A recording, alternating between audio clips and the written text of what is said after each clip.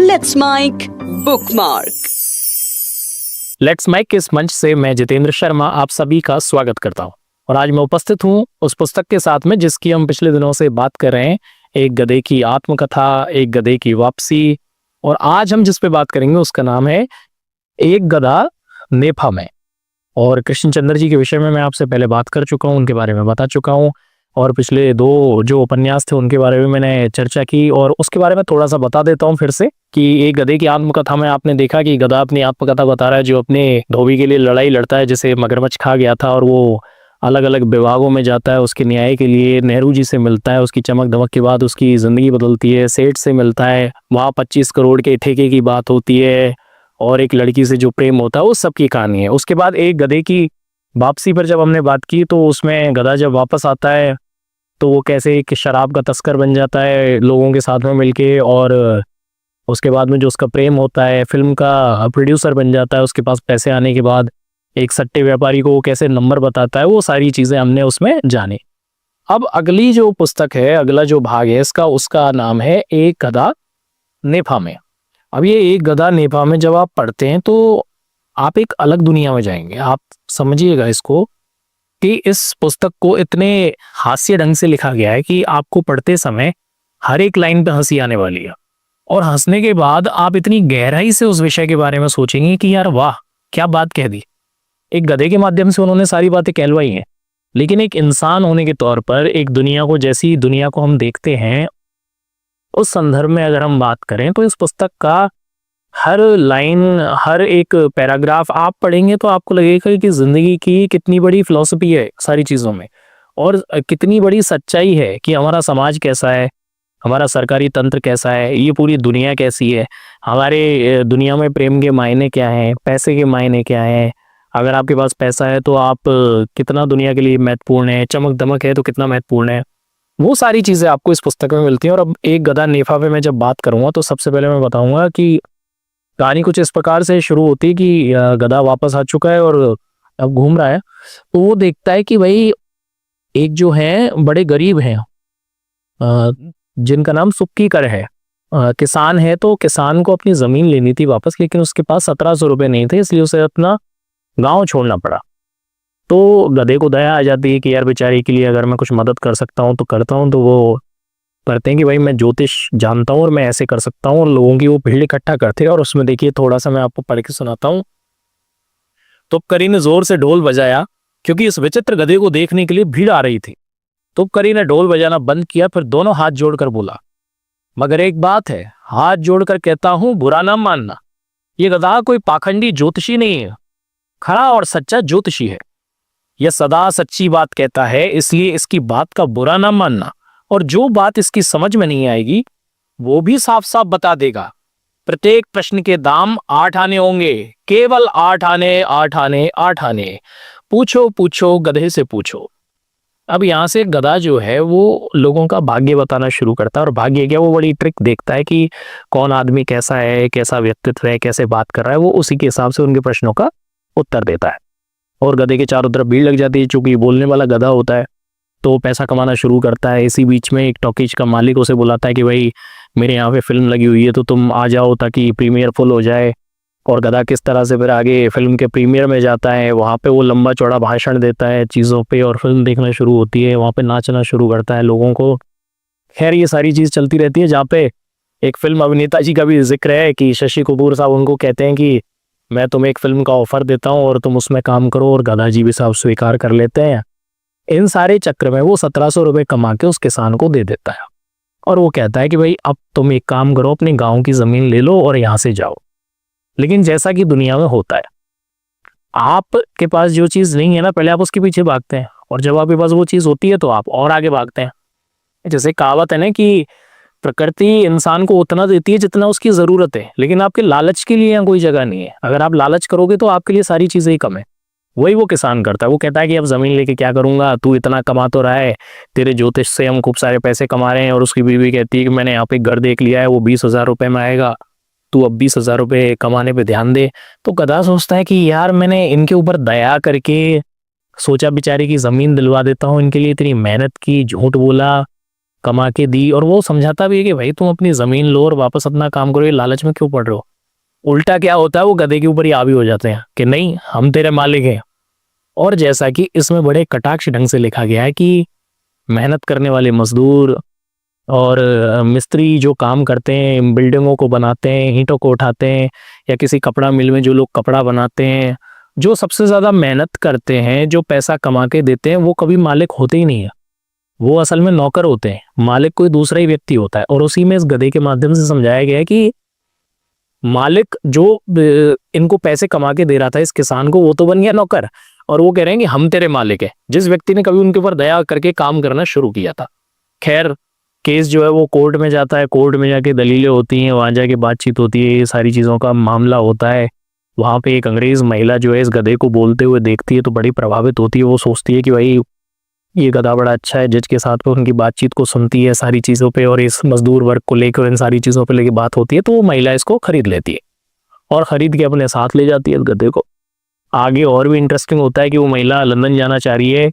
तो वो कहती है कि तुम भी मेरे साथ चलो। और एक रात को एक घटना भी होती है बहुत विचित्र कि उस महिला के जो नौकर होते हैं वो उसकी सामान को चोरी करके भाग रहे होते हैं, तो एक गधा बचा लेता है। उसके बाद वो कहती है कि तुम मेरे साथ विदेश चलो। गधे का पासपोर्ट तैयार किया जाता है, वीज़ा तैयार हो जाता है, लेकिन उसी समय पे आ जाते हैं शशि कपूर साहब कि भाई तुमने फिल्म का वादा किया था, तो हम फिल्म शूट करने जा रहे हैं, तो तुम उसमें काम करो। लेकिन जो इनके साथ जो नाम दिया है इसमें मैं आपको जिक्र करता हूँ, अगर मुझे मिल जाता है थोड़ा तो मैं आपको बताऊंगा। हाँ, इंग्लैंड जाने की बात होती है जिसमें उनकी जो इंग्लैंड की बातें हो रही हैं, तो कॉन्ट्रैक्ट किया जाता है कि भाई इतने। अब इसमें देखिए कॉन्ट्रैक्ट वगैरह की बात भी की गई है, जो कि फिल्मों में किस तरह से पैसे लिए जाते हैं, कितना वाइट होता है, कितना ब्लैक होता है, बड़ा इंटरेस्टिंग है जब आप पढ़ोगे। उसके बाद में जो घटनाएं शुरू होती हैं, आप इस पुस्तक में एकदम से सारा चित्र बदल जाएगा और आप पहुंच जाएंगे हिंदुस्तान और चीन के बीच में,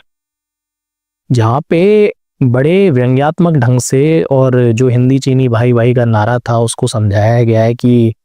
हम जो एक अपना जो हमारी भारतीयता है हम उसको बनाए रखते हैं, लेकिन लोग हमारे साथ किस तरह से व्यवहार करते हैं। और चीन की वही सारी चीज़ें दिखाई गई हैं कि चीन किस तरह से भारत के अंदर घुसने का प्रयास करता रहता है, हमले करता रहता है। जहाँ पे एक घटना का जिक्र होता है कि वो शूटिंग कर रहे होते हैं और अचानक से हजारों चीनी सैनिक आ जाते हैं, तो यही बात चलती है कि भाई इतने सारे सैनिक आए कहाँ से, क्या ये युद्ध की योजना पहले से ही बना रहे थे, सारी चीजें कर रहे थे। और उस पूरे प्रकरण में गधा चीन भी जाता है। अब कैसे जाता है वो आप इस पुस्तक में पढ़िएगा कि क्या तिगड़म लगाता है, वो क्या बताता है और किस तरह से वो चीन जाता है, चीन से वापस भी आता है फिर भारत, ये सारी चीजें बताने के लिए कि भाई कैसे कैसे। अब आप जब आप इस पूरे घटनाक्रम को पढ़ेंगे ना कि वो गधा चीन कैसे गया, चीन में उसने क्या क्या बातें लगाई, बातें लगाने के बाद वो चीन से कैसे वापस आया, उन सारी चीज़ों का इसमें जिक्र किया गया है। वहीं हमारे भारतीय सैनिकों के बारे में भी बताया गया है कि किस तरह से वो कितने धैर्य के साथ, कितने साहस के साथ उन्होंने युद्ध किए और उनके सामने क्या क्या चुनौतियां थी। चीन की सारी जो चीन जिस प्रकार से व्यवहार करता है, चीन की हमेशा से जैसी रही है चालबाजियाँ, उन सब के बारे में जिक्र किया गया है। जैसे एक ये आती है कि हाँ, इसके बाद में क्या होता है कि जब हमला हो जाता है तो ये बड़ा इंटरेस्टिंग एक पार्ट आता है जिसको पढ़ के मैं भी बड़ा एक क्षण के लिए, जो हास्यास्पद सारी चीज़ें चलती रहती हैं उसमें आप सोच में पड़ जाते हो कि यार इंसान कितना मतलबी है। जहाँ पे ये होता है कि जब युद्ध छिड़ जाता है तो भारतीय फोर्स जो शूटिंग वाले लोग होते हैं उनको वापस भिजवाने के लिए व्यवस्था करती है, लेकिन ये होता है कि उस गधे के लिए कोई व्यवस्था नहीं है कि भाई हम सिर्फ इंसानों को पहुंचा सकते हैं, गधे को आपको यहीं छोड़ना पड़ेगा। और इसमें गधा जिक्र कर रहा है कि भाई सारे लोगों मुझे 1 मिनट में भूल गए, उनको कोई फर्क नहीं पड़ा कि मैं यहीं रह जाऊंगा या मारा जाऊंगा। जिस जिसको हेलीकॉप्टर मिलता गया उसमें बैठ के वो निकलते गए और मुझे वहीं छोड़ गए। जैसे उन्होंने जिक्र किया है कि दोनों हेलीकॉप्टर जंगल और पहाड़ियों के ऊपर से झूलते हुए तेजपुर की ओर गायब हो गई और उस पहाड़ी मैदान में मैं अकेला खड़ा रह गया। बेवफा, तेरा नाम आदमी है, कितनी सेवा करो, कितनी मेहनत करो, कितनी कुर्बानियां दो, आदमी सब कुछ भूल जाता है क्योंकि वो सिर्फ अपने स्वार्थ का दास है और अपने स्वार्थ के लिए वो वक्त पड़ने पर गधे को भी बाप बना लेता है। मेरी आंखों में आंसू आ गए। मैंने अपने दोनों लंबे लंबे कान झुकाकर हेलीकॉप्टर में जाने वाले दोस्तों को दिल ही दिल विदा किया और धीरे से मुड़ा तो अपने पास मातेन को खड़ा पाया। जब आप इसको पढ़ेंगे तो आप खुद अचरज में पड़ जाएंगे कि और ये होता है, सच में होता है। जब आपकी जान पर बनाती है, जब आप आपको लगता है कि मेरा स्वार्थ सिद्ध हो रहा है या मुझे किसी को नीचे गिराना है या किसी को मारना भी है, तो इंसान अपनी फितरत कहीं भी उतर जाता है। वो कभी नहीं सोचता कि मैं क्या गलत कर रहा हूँ, क्या सही कर रहा हूँ, ये जानवर है, ये इंसान है। मतलब जानवरों के अंदर तो फिर भी वफादारी पाई जाती है, लेकिन इंसानों के अंदर वो कहीं देखने को नहीं मिलेगी आपको। फिर इससे आगे वो चीनी सेना को गधा किस तरह से बेहोश करता है, वो सारी घटनाएं होती हैं। और चीन जाके वो मिल के आता है, वहाँ पे ये बात कर लगा लगू के कि कैसे कैसे बताऊंगा।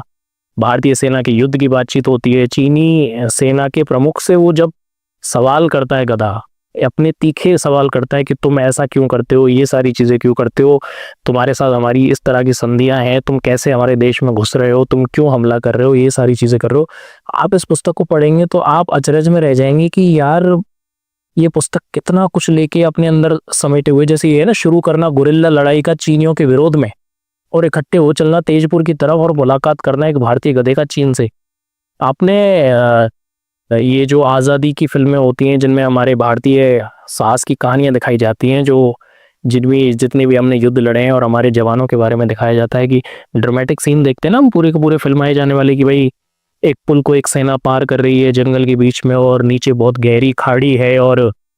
किस तरह से सेना ने पार किया और इधर से युद्ध चल रहा है, ग्रेनेड दागे जा रहे हैं और उस पुल को बचाने के लिए लड़ाई करी जा रही है। और जब पूरी सेना पार कर लेती है तो उस पुल को उड़ा दिया जाता है ताकि दूसरी सेना वहां तक ना पहुंच सके। एक ऐसे पूरे सीन का, पूरे दृश्य का इसमें चित्रण मिलेगा आपको। आप जब पढ़ेंगे तो पुस्तक के अंत में आप बिल्कुल उस घाटी में पहुंच जाएंगे, उस पता चलेगा आपको कि यार ये युद्ध किस तरह से चल रहा है और किस तरह हमारे जवानों ने साहस दिखा रहे हैं, और जब तक उन्होंने सारे सैनिकों को वहां से पार नहीं करा लिया और कैसे कैसे हमले हुए, किस तरह से उनको संभाला गया, कैसे कैसे समझा गया। मतलब ये पुस्तक आपको जितना हंसाती है ना, उतना ही सोचने पर मजबूर करती है कि दुनिया है क्या। आप अपने चश्मे को उतार कर, आप अपनी चीज़ों को भूल कर जब असल में सोचने बैठते हो कि दुनिया में चल क्या रहा है, लोग क्या चाहते हैं, क्या लोग बहुत ज़्यादा पैसा चाहते हैं, बहुत ज़्यादा प्रेम चाहते हैं, या सिर्फ बातें हैं ये सब सारी करने की, या लोगों को सिर्फ वो एक भौतिकवाद ही पसंद है, या हर आदमी एक दूसरे आदमी को मार देना चाहता है, या हर देश एक दूसरे देश के ऊपर कब्जा करना चाहता है, या लोगों की मानसिकता किस तरह की होती है, क्या होता है। आप इस पुस्तक के 3 अध्याय पढ़िएगा, मैं ज़रूर कहूँगा ज़रूर पढ़ें जब भी आपको समय मिले।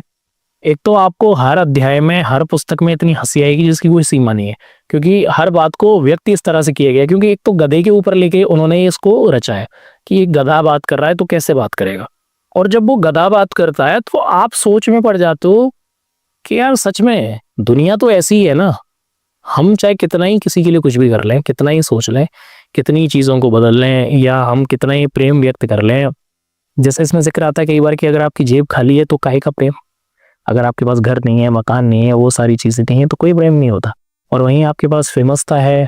आपके पास बहुत ज़्यादा पैसा है, आपका नाम है, रुतबा है, तो वही कि लोग गधे के गले में भी हाथ डालने से नहीं चूकते, उसको प्यार करने से भी नहीं चूकते, उसको भी अपना बाप बना लेते हैं, उसको भी अपना पति बनाने को तैयार है। इसमें ऐसी तमाम बातें लिखी, मतलब मेरे को तो